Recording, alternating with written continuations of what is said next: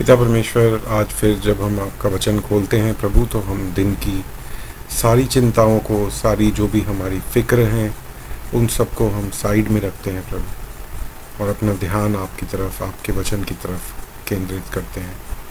पवित्र आत्मा, आपकी अगुवाई को मांगते हैं कि वचन हमारे अंदर समा सके प्रभु, जिस वचन को हम पढ़ते हैं, और वो हमें अंदर से बदलने वाला हो सके प्रभु, कि हम और ज़्यादा प्रभु यीशु मसीह के स्वरूप में बदलते जाएं प्रभु। पिता परमेश्वर, जब हम दुनिया में रहते हैं, काम करते हैं, हमें समझ बुद्धि दीजिए प्रभु, और सही निर्णय लेने में हमारी मदद कीजिए। बहुत बार जो आपके वचन पे चल के हम निर्णय लेने की सोचते हैं, वो निर्णय दुनिया की समझ से, दुनियावी समझ से प्रभु, वो बहुत कमज़ोर निर्णय होते हैं। और लेकिन प्रभु, हम जानते हैं कि जो आपकी विज़डम है वो दुनिया की विज़डम से ज़्यादा बड़ी है। तो इसलिए प्रभु, मैं प्रार्थना करता हूँ कि सही निर्णय लेने में हमें मदद कीजिए, हमें गाइड कीजिए प्रभु। हमारे अच्छेपन का अगर कोई फ़ायदा उठाता है तो मैं प्रार्थना करता हूँ प्रभु कि आप ऐसे व्यक्तियों को हमारे जीवन से दूर रखें, लेकिन साथ ही हम औरों के लिए भी आशीषों का कारण बन सकें प्रभु। और जैसा कि आपका वचन बताता है कि बुराई को बुराई से नहीं, पर बुराई को भलाई से जीतो। तो इसका क्या मतलब होता है प्रभु प्रैक्टिकल लाइफ में, रोज़मर्रा के जीवन में इसका क्या मतलब है, उसको समझने में हमारी मदद कीजिए, और उसके पीछे चलने में हमारी मदद कीजिए प्रभु। ये प्रार्थना प्रभु यीशु मसीह के नाम से मांगता हूँ, आमीन। दोस्तों, आज हम फिलिपियों की पत्री, उसका चौथा और आखिरी अध्याय देखते हैं। छोटा अध्याय है, लेकिन पौलुस इसमें कुछ ऐसी बातें कहता है जो शायद हर मसीह को याद रहती हैं, और बहुत ऐसी आयतें हैं इस अध्याय में जो लोग मन से याद रखते हैं, और जो लोगों को बहुत शांति पहुंचाती हैं मुश्किल और परेशानी के समय में। तो आइए इनको देखते हैं। पौलुस बोलता है, इसलिए हे मेरे प्रिय भाइयों, जिनमें मेरा जी लगा रहता है, जो मेरे अंदर और मुकुट हो, हे प्रिय भाइयों, प्रभु में इसी प्रकार स्थिर रहो। मतलब जो पिछले अध्याय में बातें बोली हैं उसी की कंटिन्यूएशन में मैं युआदिया से निवेदन करता हूँ, और सुन्तुखे से भी, कि वे प्रभु में एक मन रहें। अब यहाँ पे दो लोगों का नाम है, और उनको पौलुस कह रहा है कि तुम एक मन रहो। इससे हम ये शायद निष्कर्ष निकाल सकते हैं कि उनके दोनों के बीच में कोई मतभेद होगा। पौलुस उन्हें कहता है, एक मन रहो।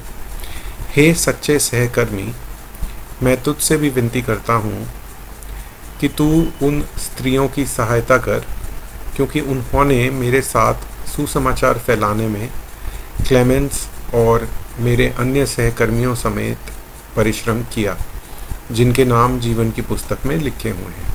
मैं जब इसको इंग्लिश में पढ़ रहा था, मुझे बड़ा इंटरेस्टिंग लगा कि बुक ऑफ लाइफ यहाँ पे मेंशन्ड है, जो कि ज़्यादातर प्रकाशित वाक्य में जिसका नाम आता है, लेकिन यहाँ पे बुक ऑफ लाइफ में उन लोगों के नाम लिखे हुए हैं। और हम भी जानते हैं दोस्तों कि वचन बोलता है कि जितनों ने उस पर विश्वास किया है, प्रभु के मेमने पर, प्रभु यीशु मसीह पर, उन लोगों के नाम जीवन की पुस्तक में लिख दिए गए हैं। लेकिन जिन लोगों के नाम जीवन की पुस्तक में नहीं मिलेंगे, उन लोगों को आग की नहर में, आग की नदी में डाल दिया जाएगा। तो यहाँ पे बुक ऑफ लाइफ का मेंशन होना मुझे काफ़ी इंटरेस्टिंग लगा। फिर पौलुस बोलता है, प्रभु में सदा आनंदित रहो। मतलब जो भी परेशानियाँ आती हैं, जीवन के जो भी चैलेंजेस हैं, वो सब चलते रहेंगे जीवन के साथ, लेकिन प्रभु में सदा आनंदित रहो। तुम्हारी कोमलता सब मनुष्यों पर प्रकट हो, प्रभु निकट है।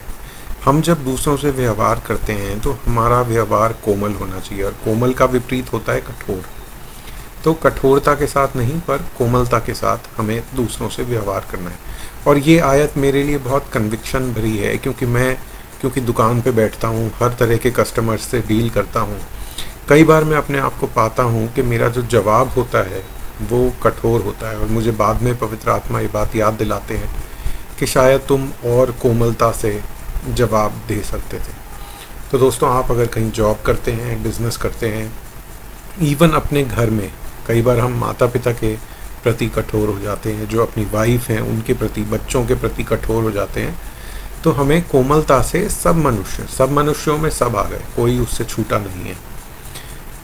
अपनी कोमलता सब मनुष्यों पर प्रकट हो कि सब मनुष्य ये कहें कि ये सॉफ्ट आदमी है, कोमल आदमी है, ना कि कठोर। किसी भी बात की चिंता मत करो। अब कोमल होने पे लोग फ़ायदा उठाएंगे, मेरे को कुछ नहीं समझेंगे, मेरे बारे में ऐसा सोचेंगे, वैसा सोचेंगे। किसी भी बात की चिंता मत करो, परंतु हर एक बात में तुम्हारे निवेदन, प्रार्थना और विनती के द्वारा धन्यवाद के साथ परमेश्वर के सन्मुख उपस्थित किए जाएं। जो भी हमारे निवेदन हैं, जो भी चीज़ें हम चाहते हैं कि हमारे जीवन में हों, प्रार्थना और विनती के द्वारा, विनती यानी कि दीनता से प्रभु के सामने रखें, धन्यवाद के साथ। तब परमेश्वर की शांति, जो सारी समझ से बिल्कुल परे है, तुम्हारे हृदय और तुम्हारे विचारों को मसीह यीशु में सुरक्षित रखेगी। तो प्रभु की शांति हमारे हृदय और हमारे विचारों को मसीह में सुरक्षित रखेगी जब हम अपनी सारी प्रार्थनाएं, निवेदन परमेश्वर के सामने धन्यवाद के साथ रख देंगे। इसलिए हे भाइयों, जो बातें सत्य हैं, जो बातें आदरणीय हैं, जो बातें उचित हैं, जो बातें पवित्र हैं, और जो बातें सुहावनी हैं, और जो बातें मन भावी हैं, अर्थात जो भी सद्गुण और प्रशंसा की बातें हैं, उन्हीं पर ध्यान लगाया करो। अब इस आयत के ऊपर बहुत कुछ बोला जा सकता है, लेकिन मैं बहुत शॉर्ट में आपको ये बताता हूँ कि ये जितनी भी कंडीशंस दी हुई हैं, सत्य, आदरणीय, उचित, पवित्र, सुहावनी, ये सब बातें वर्ड ऑफ गॉड पूरा करता है। तो हमें किन बातों पे ध्यान लगाना है? परमेश्वर के वचन पे, जो बाइबल में लिखी हुई बातें हैं उन पे हमें ध्यान लगाना है। परमेश्वर के वादों पे, परमेश्वर की आज्ञाओं पे, उन सब पे जब हम ध्यान लगाएंगे, प्रभु यीशु मसीह पे, पिता परमेश्वर पे, तो ये हमारे लिए अच्छा है। जो बातें तुमने मुझसे सीखी, पौलुस बोलता है, और ग्रहण की और सुनी और मुझ में देखी हैं, उन्हीं का पालन किया करो, तब परमेश्वर जो शांति का स्रोता है तुम्हारे साथ रहेगा। यहाँ पे सोता लिखा है, लेकिन शायद स्रोता होना चाहिए था, यानी कि सोर्स। मैं प्रभु में बहुत आनंदित हूँ कि अब इतने दिनों के बाद तुम्हारा विचार मेरे विषय में फिर जागृत हुआ है। निश्चय तुम्हें आरंभ से भी इसका विचार था, पर तुम्हें अवसर न मिला। अब यहाँ पे इस सेक्शन में पौलुस कुछ ऐसी बातें कहेगा जिससे हमें ये क्लियर हो जाएगा, जो हमने इंट्रोडक्शन में बात करी थी ना, पहले अध्याय में, भूमिका और रूपरेखा जो हमने रखी थी फिलिपियों की, उन सब बातों का यहाँ पे वर्णन आ जाएगा। अभी आप देखिएगा। परंतु तुम्हें अवसर न मिला। यह नहीं कि मैं अपनी घटी के कारण ये कहता हूँ, क्योंकि मैंने यह सीखा है कि जिस दशा में हूँ उसी में संतोष करूँ। और ये बहुत बड़ी सीख है, जो कि अगर हम आज के बिलीवर्स इस चीज़ को सीख लें तो बहुत सारा कष्ट हमारे जीवन से दूर हो जाएगा। जिस दशा में हैं उसमें संतोष रखना बहुत एक अच्छी बात है। कंटेंट इंग्लिश में है, what ever condition I am in their with to be content. मैं दीन होना भी जानता हूँ और बढ़ना भी जानता हूँ। हर एक बात और सब दशाओं में मैंने तृप्त होना, भूखा रहना, बढ़ना, घटना सीखा है। जो मुझे सामर्थ्य देता है उसमें मैं सब कुछ कर सकता हूँ। बहुत सारे लोगों का ये जीवन का पैसेज है, लाइफ वर्स जिसे बोलते हैं, जीवन का वचन है। बहुत लोगों की आप फेसबुक प्रोफाइल, इंस्टाग्राम प्रोफाइल पे फिलिपियंस 4:13 लिखा हुआ देखेंगे। इसका कॉन्टेक्स्ट यही है कि पौलुस ये कहता है कि जो मुझे सामर्थ्य देता है उसमें मैं सब कुछ कर सकता हूँ। क्या कर सकता हूँ? मैं भूखा भी रह सकता हूँ, मैं घटना भी सीख सकता हूँ, मैं संतोषी रहना भी सीख सकता हूँ, कर सकता हूँ, संतोष कर सकता हूँ, कम में भी।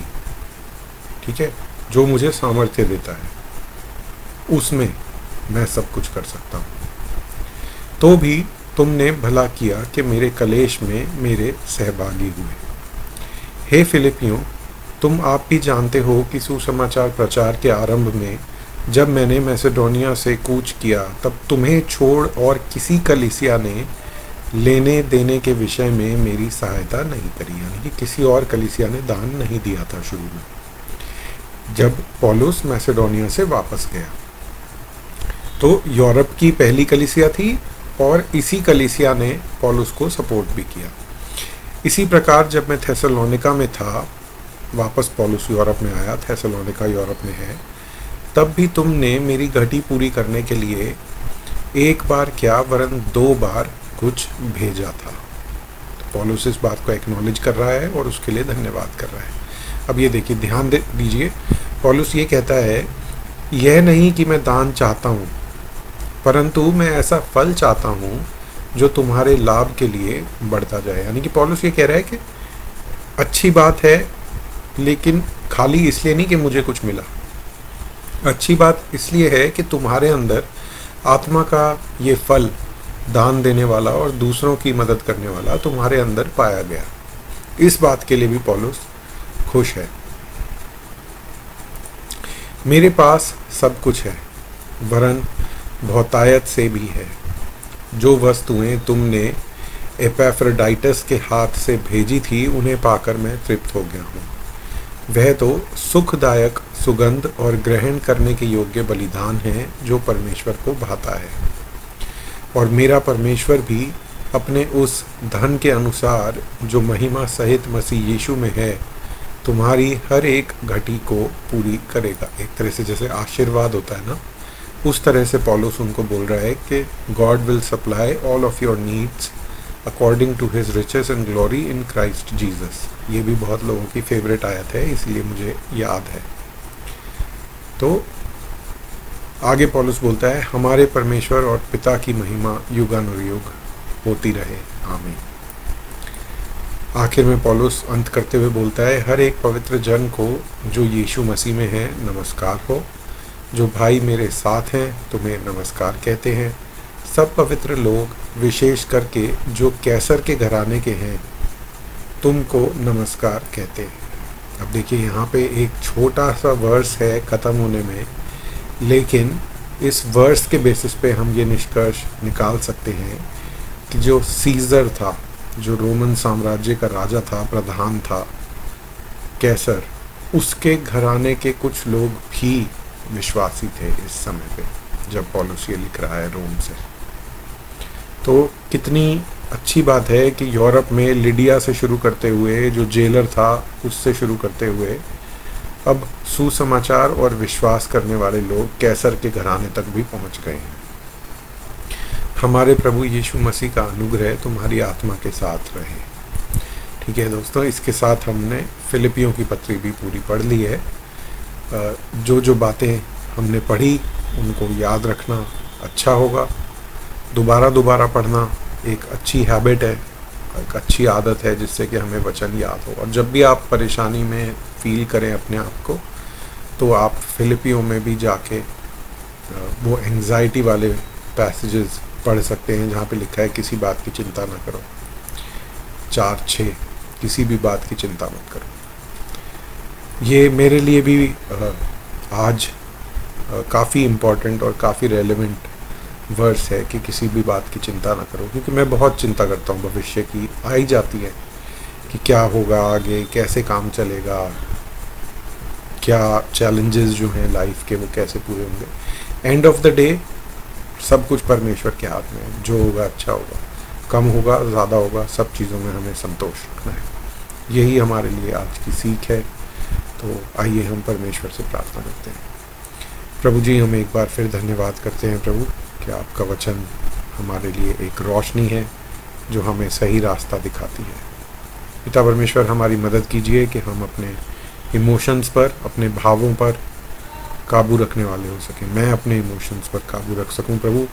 जैसा पौलुस बोलता है, हर एक सोच को, bringing every thought captive in the obedience of Christ. जो भी विचार आते हैं उन्हें प्रभु यीशु मसीह की अधीनता में लाके हम सोचने वाले हो सके प्रभु। गलत बातों से मन हटाकर अच्छी बातों की ओर, आपके वचन की ओर मन लगाने वाले हो सकें। भविष्य की चिंता बिल्कुल आपके ऊपर छोड़ दें प्रभु। जो भी जैसी भी परिस्थिति में है उसमें हम संतोष रहें।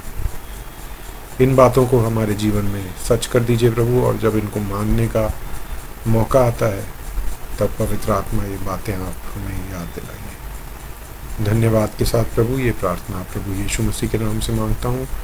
और आने वाले दिनों में जब हम कोलोसियों की पत्री शुरू करते हैं प्रभु, उस पर भी आपकी आशीष मांगता हूँ कि आपकी मर्ज़ी के मुताबिक वो किताब भी हम पढ़ने वाले हो सके। प्रभु यीशु मसीह के नाम से आमीन।